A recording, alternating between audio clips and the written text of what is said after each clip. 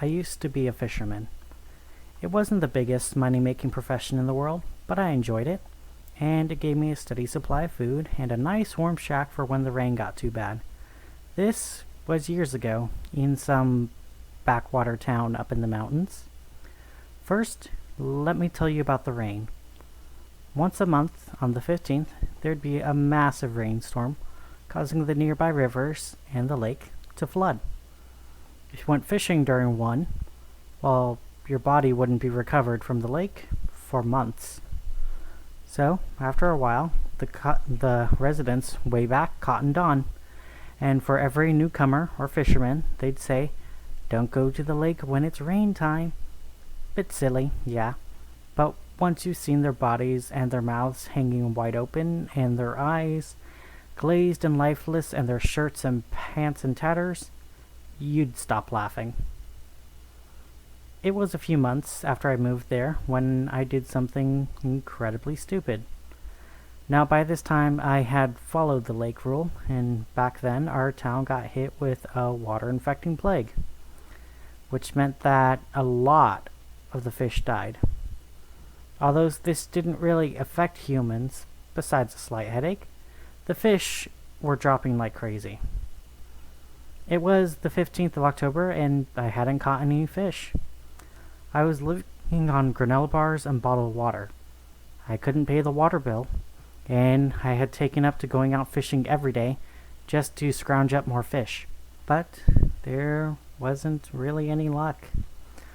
So that day, I came to the lake and sat in my chair and threw the line into the water.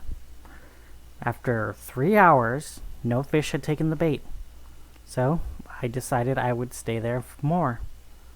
A few more hours before night falls, and which should be ample time for me to catch some fish and be back before dark, right? But I was tired, so I must have dozed off.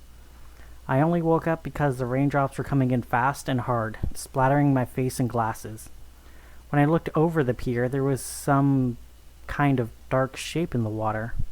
It was rising out of some kind of whirlpool, and it had this massive neck. Suddenly, the head snapped towards me. I don't remember leaving, but sometimes my arms feel cold and icy, as though they were submerged in water, and sometimes if I touch my hair, it's soaking wet. I have the habit of looking over my shoulder wherever I go, as though that thing would follow me. For the first few months after that, the same creature would hover in my dreams, and each time I woke up, I felt as though something was watching me. But as I moved farther and farther away, all the way to damn Nevada, the dreams subsided.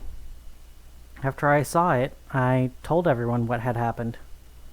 Everyone said it was a good story, but bullshit. So, I decided to move into Las Vegas for a few years, far from any lakes, and I've been living in the suburbs ever since. But a few years later, I became very curious about the lake.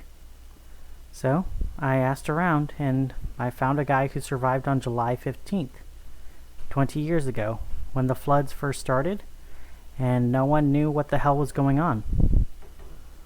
I actually recorded the conversation because I wanted to be a horror writer back then. Never became one, but I had it saved on my computer.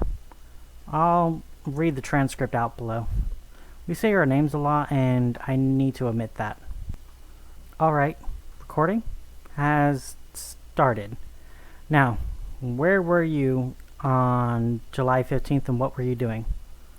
I was hiking on the Tolugo Trail in the mountains. What time did you reach the lake? Must have been around 4 in the afternoon. I took the shortcut through the woods because I noticed the clouds were getting darker and I didn't know about the lake. So, what happened before the rain started? I sat down at the docks for a break. I've been hiking for 4 hours by then. But then it started raining. You know, I like the rain and I didn't realize about the flooding. And it was very hot, so I continued sitting there and I... What did you see? there was a thing in the lake, and it told me things I'd never heard, and I felt the urge to go in there. But I don't know. Please, it'll come after me, please. The reason the recording ended is because he started gibbering and crying. It wasn't very pretty. Later, though, he managed to tell me, unfortunately I didn't have the recording equipment on, that the same thing was constantly in his dreams. The same dark shape. And 4 years later, after I moved to Vegas, he called me in the middle of the night, screaming his head off. When I asked him what was wrong, he sent me this photo, and the only thing he could tell me was, I went back. Does anyone know what this is? Because every time I look at it, my basement starts to flood.